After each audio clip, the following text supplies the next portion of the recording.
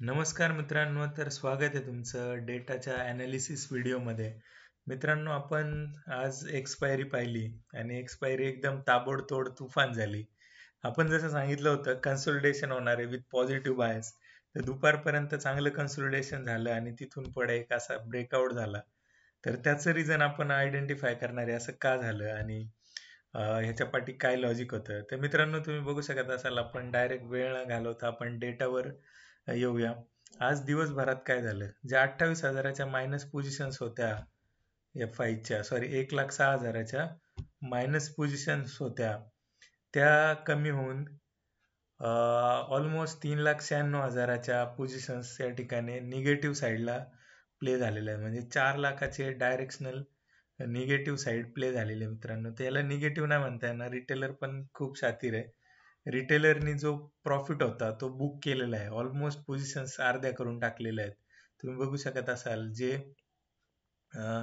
Put long होते ते तर बाय डिफॉल्ट कापण्याच आहेत, कारण लॉस त्या ठिकाणी झालेला आहे. तरी 13,00,000चे पोझिशन्स होल्ड आहेत. हे नेसेसरी नाही आहे, ती खालच्या लेवलला घेतलेले पुट आहेत. हे नवीन ऍड पण झाले असतील, जुने गायब झाले असतील. नेट टू नेट ज्या पोझिशन आहेत त्या 13,84,000च्या आहेत. आता पुट शॉर्ट्स मध्ये तुम्ही बघू शकत असाल तर 15,00,000च्या पोझिशन्स अजूनही उभ्या आहेत. तर ह्या पण नेसेसरी नाही आहेत की ह्या आत्ताच्या लेटेस्ट आहे, ह्या खाली पण असतील. आत्ताची जी नेट पोझिशन आहे ती आपण अनालाइज करतो, ती आहे 3,96,000ची. ठीक आहे. फ्युचर्स मध्ये जे लॉंग होते ते बऱ्यापैकी कमी केलेले आहेत 20%, आणि ऑलमोस्ट फ्युचर आणि फ्युचर लॉंग आणि फ्युचर शॉर्टचा जो डिफरन्स आहे तो कमी झालेला आहे. फ्युचर जे शॉर्ट्स आहेत ते कॅरी आहेत आणि लॉंग्स आहेत ते कमी झालेले आहेत. आता एफ आय ची गोष्ट आपण ज्यावेळी करू, तर एफ आयजनी पण जे आहेत लॉंग वाढवलेले आहेत, आणि जे फ्युचर शॉर्ट्स होते ते ऑलमोस्ट सगळे कमी केलेले. म्हणजे इथे 100% एफ आयजनी लॉस बुक केला असणार आहे, कारण मार्केट ह्या पूर्ण महिन्याच्या काळामध्ये आपण पाहिलं तर ते आता वरच्या लेवलला क्लोज झालेलं आहे. महिनाभराची लेवल हे केली तर इथं मेजर लॉस त्यांनी बुक केला असेल, पण त्या अर्थाने फार मोठा लॉस बुक केला असंही नाही म्हणता येत, कारण पोझिशन्स फार तेवढ्या नव्हत्या आणि फ्युचरमध्ये होतं तर ते हेज करून चालतात. तर आता कॉल लॉंग जे होते ते त्यांनी कमी केलेले आहेत, ह्याच्यात चांगला प्रॉफिट कमवला असेल. तुम्ही बघितलं असेल आता इथे 7,00,000च्या पोझिशन्स होत्या, ते 4,00,000 जी क्वांटिटी आहे ती शॉर्ट केली, मीन्स जे लॉंग होते ते कट करून टाकले. तर इथे 2,50,000च्या नेट टू नेट पोझिशन्स ठेवलेल्या आहेत, ज्या कॉल शॉर्ट्स आहेत. नेसेसरी नाही आहे हे कुठल्या लेवलचे आहेत, तर ह्याच्यात डायरेक्ट डीपमध्ये न जाता इन शॉर्ट आपण ज्या मायनस पोझिशन्स होत्या त्या 38,000च्या आता निगेटिव्ह पोझिशन्स आहे. म्हणजे हे ऑलमोस्ट थोडेसे न्यूट्रल टू पॉझिटिव्ह त्या ठिकाणी प्ले करण्याचा प्रयत्न करतात. आता हे कालचं आणि आजचं कम्पॅरिझन करून नाही चालणार, कारण तुम्हाला इथं -56-57% दिसेल. म्हणजे जे पण पोझिशन आहे त्याच्या ऑलमोस्ट 50% सगळं कापून लोक गायब झालेले आहेत एफ आयज. तर एफ आय साठी फार मेजर चांगला दिवस होता असं नाही म्हणतायत, पण प्रोने जे कमाल केली आहे ना ते तुफान आहे. प्रोने नादच केलेला आहे. प्रोने फ्युचर पण लॉंग केलेले आहेत, आणि बाकीच्या गोष्टी होत्या ना त्या सगळ्या ज्या लॉंग होत्या, नेट लॉंग 2,31,000च्या होत्या, आणि त्याच्या आदल्या दिवसाचं बघितलं असेल ना तुम्ही, 1,82,000च्या ज्या पॉझिटिव्ह पोझिशन्स होत्या त्या वाढून त्यांनी 2,31,000वर नेल्या होत्या. आता त्यांची जी पोझिशन आहे ती न्यूट्रल आहे.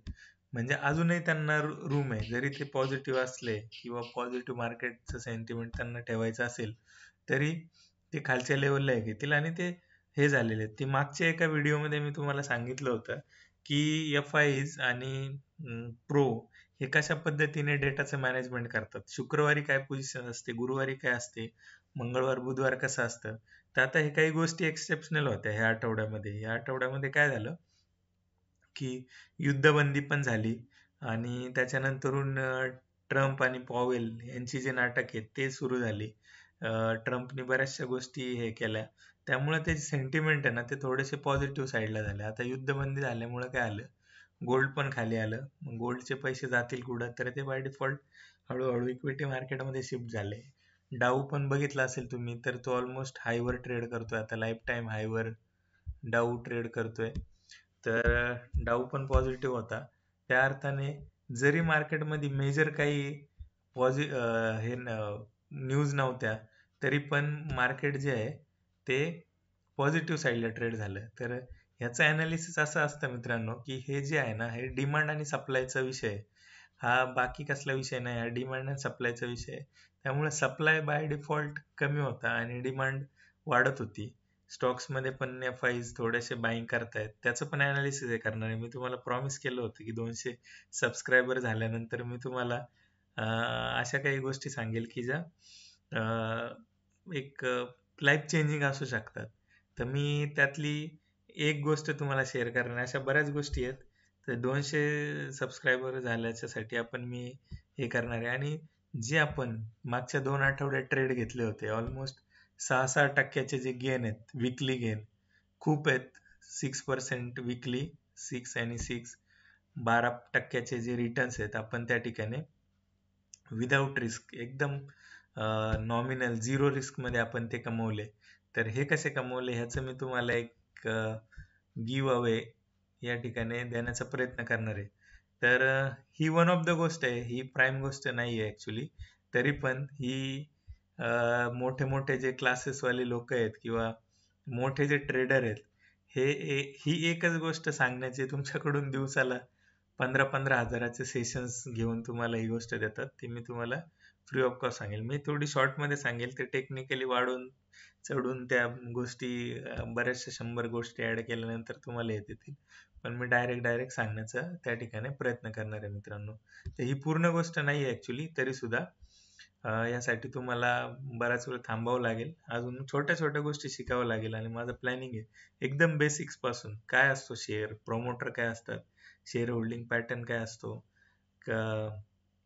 बरंचसं बीड ऑफर ह्या सगळ्या दुनियादारी, कॉल पुट, कॉल शॉर्ट म्हणजे काय, कॉल लॉंग म्हणजे काय आणि बऱ्याचशा ज्या स्ट्रॅटेजीज आहेत याच्या त्या मी तुम्हाला शिकवण्याचा प्रयत्न करणार आहे मित्रांनो.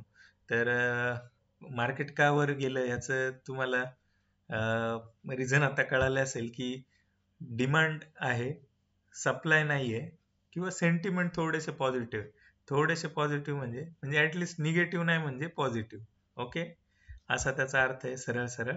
पण कधी कधी एक्स्ट्रा पॉझिटिव्ह म्हणजे पण निगेटिव्ह असतं, हे पण लक्षात ठेवा. तर आत्ता जे काय सिच्युएशन काय बनली आहे, तर आता जे आहेत आपले रिटेलर कार्यकर्ते निगेटिव्ह झालेत नेट टू नेट 3,96,000. तुम्ही ह्याचा डिफरन्स बघितला ना, तुमच्या लक्षात येईल की रिटेलर ना फार थोडा अग्रेसिव्ह होताना दिसतोय आता एवढ्या 2 महिन्यामध्ये. पण एफ-आयज ना फार कॉन्झर्वेटिव्ह आहे. हार्डली 5-6-7 लाखाच्या पोझिशन्स त्याच्या असतात आणि प्रो पण फार हेवी पोझिशन्स मध्ये नसतो. जे आधी कसं असायचं, एफ-आयच्या पोझिशन पण 12-15 लाखाच्या असायच्या, यांच्या 20-22 लाखाच्या असायच्या आणि यांच्या 25-30 लाखाच्या असायच्या. तो जो डिफरन्स आहे ना हा फार मोठा झालेला आहे. एफ-आयज जे आहेत ना त्याची पॉवर थोडीशी कमी किंवा तो तेवढा ऍक्टिव्ह या ठिकाणी दिसत नाही. त्याचं रिझन काय असू शकतं माहित नाही. पण प्रो संधी साधू आहेत, प्रो बरोबर गेम करतात. हळूहळू तुम्ही पण डेटाचं हे जे अनालिसिस करायला लागाल किंवा ऍटलिस्ट चॅनलवर राहाल तर तुम्हाला ते लक्षात येणारच आहे. त्यात काय असं वेगळं रॉकेट सायन्स नाही आहे मित्रांनो, आकड्यांचा खेळ आहे आणि काही गोष्टींचे ऑब्झर्वेशन की अशा गोष्टी झाल्यानंतर अशा पास्टमध्ये काय झालेलं असेल आणि होण्याचे चान्सेस काय आहेत आणि आपण त्या हिशोबाने आपण रिस्क मिनिमम करूनच ट्रेड घेतो. म्हणजे मी किती शुअर असलो की मार्केट वरतीच जाणार, तरी पण मी असं ओपन नेकेड फक्त कॉल बाय केलाय अशी पोझिशन्स तुम्हाला कधीच सजेस्ट करणार नाही. कारण त्याच्यामध्येच आपलं बराचसा वेळ गेला आणि आपण बरेचसे दिवस त्यामध्ये व्हायला घालवले. पण आता आपल्याला आहे ना वेल्थ क्रिएट करायची आणि वेल्थ अशी गॅम्बलिंग किंवा असं एक दिवस फार चांगले सेंटिमेंट आहे आणि पॉझिटिव्ह आहे आणि फार वरती गेले आणि मगच आपण पैसे कमवले असं होणार नाही. पण जर आपण कधी कधी चुकून आपली वाढली आणि पोझिशन्स आपण हेवी पोझिशन्स घ्यायला लागलो आणि मग त्या दिवशी फसलो, तर जो 6 महिन्याचा प्रॉफिट आहे आपण एका दिवसात पण घालवायला कमी नाही करणार. आणि ह्या अर्थाने आपल्याला ह्या ज्या गोष्टी आहेत ह्याच्यापासून थोडंसं वाचायचंय. त्यासाठी आपल्याला आहे ना हे आपले इम्पल्स आहेत. आपलं जे टिक बघतो ना आपण ते चार्टवर, जसं एक एक एक एक येत जातो आपला कॅन्डल येत जाते आणि असं थोडंसं धगधग वाढत जाते. तर ह्या गोष्टी आपल्याला टाळायच्यात. तर मित्रांनो, निफ्टीचं अनालिसिस जरी करायचं झालं तर तुम्ही बघू शकत असाल, मी कालच्या व्हिडिओमध्ये पण सांगितलं होतं क्लिअर पॉझिटिव्ह डायरेक्शन आहे, काही घाबरायचं गरज नाही. आणि मी एक ट्रेड पण दिला होता. आता त्याचं पण लॉजिकवर येणार आहे. मी 100% सांगितलं होतं ओपनिंगलाच तुम्ही एक 25,000चा पुट विकून टाका पुढच्या महिन्याचा, जो 90 रुपयाला ट्रेड करत होता. ऍटलिस्ट खाली आता मार्केटच पॉझिटिव्ह ओपन झालं, 80 रुपयाला जरी विकला गेला असता तरी ऑलमोस्ट तो 40 ते 50 पॉईंटचं गणित होतं. म्हणजे 3,500 ते 4,000चं गणित आपल्याला इंट्राडे होतं. आणि याला कॅपिटल लागणार होतं 1,00,000 सव्वा लाखाचं. 3% भरपूर आहेत मित्रांनो, इंट्राडे खूप आहेत. तर हे असे ना रिस्क फ्री आपल्याला पैसे कमवायचे. आता ह्याच्यातच गुपित आहे. फार डिटेल मी तुम्हाला शेअर करणारच आहे, पण याच्यामध्ये मी तुम्हाला या ठिकाणी थोडासा चार्ट छोटा करून दाखवतो. मोठ्या टाइम फ्रेमवर करूया आपण. ठीक आहे, हे 25,000ची जी लेवल आहे ती मी तुम्हाला सांगितलं होतं की 25,000चा जो पुट आहे ओपनिंगला विकून टाकायचा आहे. मार्केट क्लोज झालं होतं ऑलमोस्ट 25,074च्या लेवलला. सगळे सेंटिमेंट काल पॉझिटिव्ह होते. 25,000चा जो पुट होता तो साधारण 90 रुपयाला सकाळी होता आणि तो दिवसभरात ऑलमोस्ट 40 रुपयावर आला. आणि आपल्याला ऑलमोस्ट 50 पॉईंटचे गेन त्या ठिकाणी बघायला मिळाले. तर हे डेटाचं अनालिसिस आहे. डेटा पॉझिटिव्ह होता. प्रोचा डेटा कालचा जो आहे ना तो पॉझिटिव्ह होता. बघू शकाल तुम्ही, कालचा जो डेटा होता तो प्रोचा पॉझिटिव्ह होता. 1,82,000च्या पोझिशन्स होत्या आणि त्याच्यामध्ये 24 तारखेच्या आणि 25 तारखेला ज्या पोझिशन होत्या त्या 2,31,000च्या होत्या. तर त्या पट्टी तिकडे जे बाकीचे आहेत ना, ते FIs कॉन्झर्वेटिव्ह कार्य करत आहे. 1,93,000पासून 1,30,000वर आलाय, म्हणजे तो पण थोडासा घाबरलेला आहे. कालपेक्षा ऍडिशन त्याने काही केली नाहीये. जे आपण पॉझिटिव्ह निगेटिव्ह पोझिशन त्या कमी करून तो थोडासा पॉझिटिव्ह झालाय. तर याला पॉझिटिव्ह म्हणू आपण. जरी याच्या पुढे निगेटिव्ह साईन आहे याचा अर्थ निगेटिव्ह नाहीये, कालपेक्षा तो पॉझिटिव्ह आहे. ठीक आहे, आणि आपण एक क्लिअरली सांगितलं होतं पॉझिटिव्ह बायस आहे, काही घाबरायची गरज नाही. 25,000चा एक विकून द्या. तर आता ह्याच्या पाठी लॉजिक असं होतं. आता मी तुम्हाला सिक्रेट सांगतोय, स्ट्रॅटेजीज आहे, काही अडचण नाही. त्याचे सेंटिमेंट आणि त्याच्या गोष्टी आहेत त्या फार डीप मध्ये शिकाव्या लागतील. मी शिकवेलच तुम्हाला, काय काळजी करू नका. 25,000चा पुट विकण्याचं लॉजिक असं होतं की गॅप अप तर ऑलरेडी होणार आहे, 100 पॉईंट ऑलरेडी आहे. आपण एक फ्युचर लॉंग करू शकतो का? आता तिथे 90 रुपयाचा जो आहे तो जर मार्केट तुटून जरी 25,000च्या खाली आलं तर आपली जी स्ट्रॅटेजी आहे ती फ्युचर लॉंगची स्ट्रॅटेजी. आपण 25,900च्या आसपास फ्युचर लॉंग केला. तो जो पुट होता तो 90 रुपयाचा, तो आला असता 150 रुपयावर, नो डाऊट. पण आपण फ्युचर 24,900ला लॉंग केला असता आणि तिथून आपण एक कॉल शॉर्ट करणार होतो. ठीक आहे, कॉल शॉर्ट करण्याची पण ती वेळ आलीच नाही आपल्याला. 2 आठवडे नेट टू नेट एकदम पॉझिटिव्ह आणि व्यवस्थित क्लोजिंग झाली, त्यामुळे काही अडचण नाही. मग आता अशा वेळी इथे काय करायचं, बरोबर ना? आता 25,500च्या आसपास ट्रेड करायला लागलाय. आपण 25,300चा विकू ना. एवढं सेंटिमेंट पॉझिटिव्ह आहे तर येऊ दे निफ्टीला. ये बाबा, तू खाली आहे थोडा, नाही का? खाली आहे. ही जी लेवल आहे ही टेस्ट कर. 25,300ची केली आहे ना तू दोनदा ऑलरेडी. विकून टाकतो मी 25,300चा पुट. 25,300चा पुट मार्केट ज्यावेळी खाली दिसेल थोडं, 25,300चा पुट विका, काही अडचण नाही. आणि 25,300चा पुट जरी मार्केट खाली आलं आणि मार्केट आपली पोझिशन्स खायला लागलं तरी घाबरायचं नाही मित्रांनो. तुमचा भाऊ बसला इथे, आता तो 85 रुपीजला भेटतो. ठीक आहे, 25,300चा. आता 25,300 पासून मार्केट 25,200 जरी आलं ना, त्याची प्राइस पण 100-125 रुपये होईल जर इमिजिएट आला तर. त्यात 2-3 दिवस निघून जातील. ठीक आहे, आपला फ्युचर लॉंग होईल 25,250च्या आसपास. कॉल शॉर्ट करू, काय अडचण नाही. 25,200 तोडेल का? आठवड्याभर तर घालवेल त्याच्यात. ऑलरेडी इथून 80 पॉईंट मिळालेत आणि तिथून 150 पॉईंट मिळणार आहेत. अशा पद्धतीने हे जे हेजिंगचं गणित आहे ना, हे आपल्याला करता येईल. ठीक आहे, तर तुम्ही कन्फ्युजन होत असेल, आय नो, की हा कॉल लॉंग काय, फ्युचर शॉर्ट काय, फ्युचर लॉंग सांगतोय, कॉल शॉर्ट सांगतोय, कधी पुट शॉर्ट सांगतोय. तर हीच खरी गेम आहे. हे FIs आणि प्रो बघू शकत असाल ना, तर ह्यांचं गणित आहे ना तेवढंच हार्ड आहे मित्रांनो. आणि हे समजल्याशिवाय पैसे नाही बनणार. पैसे 200% बनणार. मी तुम्हाला लिहून देतो, गॅरंटी देतो की पैसे तुम्हाला 100% बनू शकतात. त्यामध्ये काही अडचण नाही. तुम्हाला डिसिप्लिन राहावं लागेल. मी तुमच्याकडून फक्त डिसिप्लिन मागतोय. डिसिप्लिन शिवाय दुसरं काय नको. जे नॉलेज आहे ना, डीप नॉलेज द्यायचंय तुम्हाला, ते मी देईल. NISM चं सर्टिफिकेशन 2011 साली करणारा मी कार्यकर्ता आहे. 2011 मध्ये NISM डेरिव्हेटिव्हचं 8 मॉडेल आपण मॉड्यूल कंप्लीट केलं होतं. इक्विटी डेरिव्हेटिव्ह कंप्लीट केलं होतं मित्रांनो. त्यानंतरून करन्सी डेरिव्हेटिव्ह ते आपण त्या ठिकाणी कंप्लीट केलं होतं. तर हा जो एक्सपिरियन्स आहे तो वायाला नाही जाणार कुठे. तुमचा भाऊ बसलाय तुम्हाला नॉलेज द्यायला, फक्त तुम्हाला डिसिप्लिन द्यावं लागेल. डिसिप्लिन जर असाल तर 100% प्रॉफिट कोणीच घेऊ नाही शकत. आणि यासाठी आहे ना आपल्याला रिस्क मिनिमम करून चालायचं. आपल्याला इथून हे नाहीच करायचं की मार्केट आता इथं ओपन झालं 25,266 ला आणि तिथून ते डायरेक्ट 530 गेलं, मग एवढ्या 300 पॉईंटची रॅली आली आणि भाऊ तू फक्त 80-90 पॉईंटची गोष्ट करतोय, 50 पॉईंटची गोष्ट करतोय, बरोबर ना? अरे पण मित्रा, सपोज इथं तू लॉंग केला असता, इथून इथंच जाणार होतं ना, इथून इथंच गेलंय, म्हणजे इथून 25,400 वरून मार्केट 25,550 पर्यंत गेलंय ना, 150 पॉईंट गेलंय ना वरती. मग आता इथं तू जर लॉंग केला असता ना कॉल 25,400 ला आणि इथून जो फसला असता ना, तर तुझं फ्रस्ट्रेशन तुलाच माहित असतं इथं काय झालं असतं. ठीक आहे.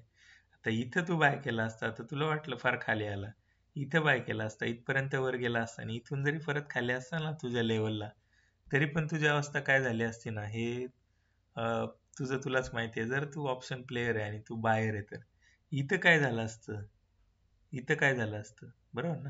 तर आपण इथलं विकलंय ना, 25,000चं विकलंय. इथला डेल्टा किती असणार आहे? 0.20. एक आठवडा आहे, 0.20 चा डेल्टा आहे. मार्केट इथं जरी आलं असतं ना, तर या 25,150 च्या लेवलला ओपनिंगला, तरी 90 रुपयाचा जो आपण विकलेला आहे ना, तो 100 नसता झाला, तो 90चा 80 झाला असता. तरी पण 10-15 पॉईंट देऊन गेला असतं मार्केट. इतकी पॉवर आहे या ऑप्शन सेलिंग मध्ये. आणि ही ऑप्शन सेलिंग आपल्याला जे ट्रॅडिशनल ऑप्शन सेलर आहेत ना त्यांच्यासारखी नाही करायची. म्हणजे स्ट्रॅडल विकले, स्ट्रँगल विकले, मग इकडून ऍडजस्ट करतोय, इथून 2-4 लेग ऍड करतोय, मग हे करतोय, असलं नाही उद्योग करायचा आपल्याला. आता एकदम परफेक्ट गेम जो डेव्हलप केलाय तशाच पद्धतीने काम करायचंय. जे जे लोक इंटरेस्टेड आहेत मला पर्सनली मेसेज करा, पर्सनली आपण हे करूया. त्या ठिकाणी मी शिकवायला तयार आहे, मी 200% माझे द्यायला तयार आहे. तुम्ही तुमचं डिसिप्लिन द्यायला तयार असाल तर मी प्रॉफिटेबल 100% तुम्हाला बनवणार, यात काही शंका नाही. तर मित्रांनो, हे निफ्टीचं झालं आणि आपल्या गप्पाही फार झाल्या. मी स्ट्रॅटेजी पण दिली आहे बोलण्या बोलण्यात. जो नॉलेजेबल आहे तो कॅप्चर करेल, ज्याला नाही समजली त्याने मला नक्की सांगा. आपण याला बेसिक्स पासून शिकवण्याचा प्रयत्न करणार आहे आणि त्यासाठीचा आपण प्रयत्न करूया. ठीक आहे. SGX पॉझिटिव्ह आहे उद्यासाठी, पण जे डेटा आहे तो न्यूट्रल आहे. अशा डेटावर भरोसा नाही ठेवायचा. इकडे 100 पॉईंट पॉझिटिव्ह जरी दाखवतोय ना, तरी उद्या 100 पॉईंट निगेटिव्ह जायला कमी नाही होणार, बरोबर? त्याचं रिझन असं आहे की मार्केटमध्ये डेटा फार न्यूट्रल आहे. हार्डली 2-2.5 लाखाच्या पोझिशन्स आहेत, 2 लाखाच्या 2.5 लाखाच्या पोझिशन्स आहेत. इकडे 5-6 लाखाच्या पोझिशन्स आहेत. तुम्हाला काय वाटतं, हे मोठे प्लेयर ह्या लेवलला अजून लॉंग करतील का? करतील, नो डाऊट. ह्या लेवलला शॉर्ट करतील का? करू शकतील. तर ह्या ज्या लेवल्स असतात ना, अशा एखाद्या पर्टिक्युलर डे नंतर, प्रवाहानंतर, आता हे जे झालंय एक्सपायरी, हा मोठा इव्हेंट आहे, यात्रा होऊन गेली.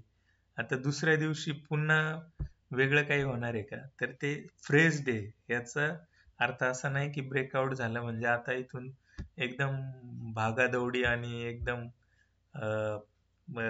तोड एकदम वरच जाणार आणि हे होणार, असं नाहीये. सेंटिमेंट बिघडले अर्ध्या रात्रीत तर डायरेक्शन लेस मार्केट आहे. ऑलरेडी क्लायंट शॉर्ट मध्ये 4 लाखाच्या पोझिशन्स. FIs ला थोडं प्रेस करायला काय लागतं, थोडी हवा द्यायला यांना, अजून 2-3 लाख रुपये ऍड केले, मार्केट खाली आलं, रिटेलर खुश, आपल्या फेवर मध्ये मार्केट आलं. तिथून मार्केट उचलायला FIs ला काही वेळ नाही लागणार, कारण ऑलरेडी डेटा आहे तो न्यूट्रल आहे. त्यामुळे शुक्रवारीच्या दिवशी ऍटलिस्ट डायरेक्शन ही अशी कुठली परफेक्ट नसू शकते. व्हॉलॅटिलिटी असेल, उद्याचं जे सेंटिमेंट आहे ती व्हॉलॅटिलिटी असू शकते. व्हॉलॅटिलिटी फार मोठ्या पॉइंट्स नसेल, ती असेल म्हणजे असं डायरेक्शन जी आहे ना ती एकदम क्लिअर वन साइड डायरेक्शन नसेल, कधी खाली पण येईल कधी वरती पण जाईल, 30 पॉइंटने पण जाऊ शकतो, काय हरकत नाही. तर याला आपण काय म्हणूया, small volatility with small range असं करूया आपण याचं हे. तर हे तुम्हाला थोडं कॉम्प्लिकेटेड वाटेल, तुम्हाला वाटेल असं सांगितले पॉझिटिव्ह ट्रेंड, पॉझिटिव्ह आणि मार्केट वरती किती पॉईंट वरती जाईल असं सांग. असं आपल्याला करायचंच नाही मित्रांनो, आपल्याला जुगार खेळायचंच नाही. आपल्याला एका पर्टिक्युलर पोझिशनला हेज करून कशा प्रकारचं थीटा डीके घेता येईल अशासाठीचं हे प्लॅनिंग आहे. तर आता हे झालं मार्केटच्या डायरेक्शन आणि ओव्हरऑल ॲनालिसिस बद्दल. मी बरंच काही सांगितलंय सिक्रेट्स. जो प्रो प्लेयर आहे ज्याला माहिती आहे त्याने बरंचसं कॅप्चर केलं असेल, ज्याला नसेल समजलं तर मला 100% विचारा. मी एक स्टॉक या ठिकाणी आयडेंटिफाय केलाय. फ्युचर मध्ये काम करू नका, फ्युचर हा त्याचा हे थोडासा इलिक्विड आहे ते स्टॉक्स.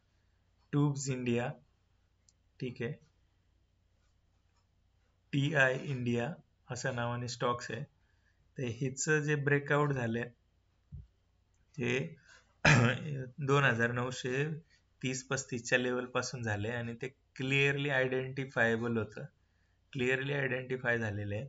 आता अशा वेळी हा स्टॉक कसा ट्रेड करायचा, एकदम एकदम सोप्या भाषेत जर हा ट्रेड करायचा असेल ना मित्रांनो, तर हा आता स्टॉक ट्रेड करतोय 3005 लेवलला. ओके, 3005च्या लेवलला स्टॉक ट्रेड करतोय. 26 तारीख बघू शकता, प्युअर व्हॉल्यूम, सकाळ सकाळ एकदम खतरनाक व्हॉल्यूम. दुपारनंतर लोक पळून गेली आणि इथं ऍक्च्युअल जी मुवमेंट आहे ती आली. ही जे हे असतं ना, हे ज्यावेळी मोठं ब्रेकआउट होतं थोडंसं प्रॉफिट बुकिंग होतं, ज्याने इथे घेतलंय ना तो विकायला काढतो आणि रिटेलरला एंट्री किंवा थोडंसं उकसावण्यासाठी या ठिकाणी येतात व्हॉल्यूमला, कोणी सेल करतोय का खाली आल्यानंतर. ऍक्च्युअल मध्ये हे पळालेले नसतात, हे इथंच असतात. आणि मग इथून 2900 पासून जी लेवल क्लेम केली ना मित्रांनो, ट्रिमेंडस, इथे पण एक शॉर्ट झालेला आहे. पण आता मी तुम्हाला दाखवू शकत असेल तर एकच सेकंद द्या मला. सगळे सिक्रेट तुम्हाला खोलून दाखवतोय, ठीक आहे मित्रांनो. थोडस नेटवर्क डाऊन झालंय या ठिकाणी, तर काय हरकत नाही, मी तुम्हाला शॉर्ट मध्ये सांगतो. ह्या लेवलला काय झालंय, फ्युचर मध्ये ओपन इंटरेस्ट फार वाढलाय, ठीक आहे. हे तुम्हाला इथे पण ट्रॅक करता येईल, ही सिक्रेट गोष्टी आहेत, मी तुम्हाला इथेच शेअर करून देतो. प्राइस अप आहे TI इंडियाची, ओके, प्राइस अप आहे. आणि प्राइस अप असताना आपल्याला इथे काही घडामोडी घडल्या आहेत का फ्युचरवर, तर नक्कीच या ठिकाणी बघू शकता तुम्ही. ओपन इंटरेस्ट जो आहे, कॉल ओपन इंटरेस्ट, हे पळालेत, कॉलचे लोक आहेत, कॉलवाले कार्यकर्ते पळालेत, ठीक आहे. कॉलवाले कार्यकर्ते पळालेत आणि पुटवर 24,000चे ऍडिशन झाली आहे, म्हणजे ऑलमोस्ट 50,000चे ओपन इंटरेस्ट पॉझिटिव्ह झालाय. लेवल आहे 2900 रुपयाची, ठीक आहे, 2900 रुपयाची लेवल आहे आणि वेळ आहे 12:30ची, ठीक आहे. तर अशा वेळी आपण काय करू शकतो, आपण खालची जी लेवल आहे 2800ची, हे बॉटम आहे, राऊंडिंग बॉटम, हे टेक्निकल अनालिसिस आहे. ह्यावेळी अशा ज्या गोष्टी घडतील ना, 100% हा स्टॉक ही लेवल 2800ची ही मला नाही वाटत पुन्हा कधी क्लेम करेल, पुन्हा ह्या लेवलला येणारच नाही हा स्टॉक, ठीक आहे. ह्या लेवलला स्टॉक पुन्हा तुम्हाला कधी दिसणारच नाही रिसेंट मध्ये, ठीक आहे. जोपर्यंत सगळं पॉझिटिव्ह आहे काही अडचण नाही, 2800 पर्यंत हा येणं फार अवघड आहे. तर 2800चा जो पूट आहे ना तो आपल्याला विकायचा आहे. स्ट्रॅटेजी लक्षात घ्या, 2800चा जो पूट आहे तो आपल्याला विकायचा आहे. आणि तो विकत असताना जे घाबरणारे कार्यकर्ते आहेत, ज्यांना रिस्क थोडीशी कमी घ्यायची, असे लोक काय करतील, 2700चा एक पुट विकत घेतील, बरोबर. 5 ते 6 हजाराचा गेन 100%, आणि मार्जिन लागेल याला हार्डली 50,000 रुपये. ठीक आहे, 50,000वर 5,000 रुपये, 10%ची विनिंग प्रोबॅबिलिटी आहे. तर हा वन ऑफ द स्टॉक आहे, ह्याच्यात घाबरायचं अजिबात कारण नाही. हा खाली येण्याचे चान्सेस ऑलमोस्ट निग्लिजिबल. ठीक आहे. जे लोक थोडेसे कॉन्झर्वेटिव्ह आहे, इक्विटीमध्ये ट्रेड करायचं आहे, इक्विटीमध्ये बाय करू शकतील. पण ज्यावेळी तुम्ही इक्विटीमध्ये बाय कराल तर 3,000चा स्टॉक आहे, फार मोठा अमाऊंट आहे त्याची, आणि कमी क्वांटिटी येईल, वरती तर जाणारच आहे. पण हा स्टॉक 28च्या खाली जरी नाही आला तरी मित्रांनो आपल्याला 5,000 मिळणार आहेत ना. ऑप्शन का नको शिकायला. ऑप्शन मध्ये आपण अशा पद्धतीचं एक क्रेडिट स्प्रेड बनवू शकतो का. तर ट्रेड असा आहे, 2800चा जो पुट आहे तो शॉर्ट करायचा, आणि 2700चा जो पुट आहे तो बाय करायचा. ठीक आहे, महिनाभर होल्ड करायचा, काही घाबरायचं नाही अजिबात, कुठे काय होत नाही. आणि मॅक्झिमम याच्यामध्ये आहे ना, रिस्क जी आहे ती हार्डली 50 ते 60 पॉईंटची आहे. 60 पॉईंट गुणिले 200चा लॉट साईज आहे, तेवढा त्याचा मॅक्झिमम लॉस आहे, आणि हे होण्याचे चान्सेस निग्लिजिबल आहे. आता एवढे नसेल करू शकत ना, तर तुम्ही या समुद्रात इथे गोता लावा, इथे तुम्ही पुट बाय करा, मार्केट खाली जाताना दिसते, आणि थोड्या वेळाने होल्ड करा जोपर्यंत हे नाही होते. इथं तुम्ही कॉल बाय करा, मार्केट खाली आलं घाबरून पळून जा, इथं पोझिशन क्लोज करा आणि लॉस बुक करा. हे असे कॉल पुट करून ना आयुष्य बर्बाद होऊन जाईल. बाय सेल, हे बाय सेलचा गेमच नाहीये, हा गेम आहे लॉंग टर्मच्या वेल्थ क्रिएशनचा. आणि हे वेल्थ क्रिएशन करणारे आपण ऑप्शन्सचं एकदम डीप नॉलेज घेऊन, सगळे पॅरामीटर्स, आय व्ही व्हॅल्यू काय आहे, पीसीआर काय आहे, ओपन इंटरेस्ट काय आहे, त्यानंतर व्हॉल्यूम प्रोफाईल काय आहे, ओवाय प्रोफाईल हे फार मेजर रोल प्ले करतं. ओवाय डेटाचं आहे, पीसीआर आहे, इंडिया विक्स काय आहे, ह्याचा काय सिग्निफिकन्स आहे. ठीक आहे. त्यानंतरून स्टॉकची प्रमोटर होल्डिंग काय, ऑर्डर बुक, या सगळ्या गोष्टी अनालाइज करून मग आपण या गोष्टी करतो. तर लक्षात ठेवा, 26 तारीख आपण या ट्यूब्स इंडियावर रिसर्च करत होतो. ट्यूब्स इंडिया हा व्हिडिओ पण राहील, आणि आपण पण असू या ठिकाणी. तर याचा आउटकम काय येईल, हार्डली 8-10 दिवसाचा आउटकमच तुम्हाला 2 ते 3%, 4% असेल, आणि रिस्क फ्री असेल, त्यामुळे घाबरायची कारण नाही. तर मित्रांनो, आय होप काही थोडंसं बेसिक इन्साइट्स तुम्हाला या व्हिडिओतून मिळालं असेल. तर अशाच नॉलेजेबल व्हिडिओसाठी आणि एकदम परफेक्ट ॲनालिसिससाठी आणि डीप नॉलेजसाठी मार्केटमध्ये चुत्यागिरी खूप आहे. खूप लोक आहेत, मूर्ख लोक आहेत, जे कॉल आणि पुट ते तुम्हाला हे करण्यासाठी आहेत. कारण ते ब्रोकर आहेत, ते तुम्हाला ना कुठले तरी रेफरल लिंक देणार, आणि त्याच्यातून तुम्ही अकाउंट ओपन करणार, आणि त्याच्यातून ते पैसे कमवणार. त्यांना काही घेणं देणं नाही तुम्ही प्रॉफिटेबल बना किंवा नका बनू. तुम्ही तिकडे डेली स्कॅल्प केलं पाहिजे, आले पाहिजे, बाय करा सेल करा, बाय करा सेल करा, हे गोष्टी तुम्ही आल्या पाहिजे आणि केल्या पाहिजे, हे त्यांचा मोटिव्ह आहे. तर मित्रांनो, आपलं तसं काही नाही, आपण एकदम डीप नॉलेज देण्याचा प्रयत्न करू. चॅनलवर पहिल्यांदा आले असेल, व्हिडिओ थोडासा इन्फॉर्मेटिव्ह वाटला असेल आणि काहीतरी शिकण्यासारखं असेल, तर नक्की शेअर करा, लाईक करा, आणि अशीच आपली प्रॉफिटेबल जर्नी आपण चालू ठेवूया. थँक्यू मित्रांनो आजच्या या व्हिडिओमध्ये.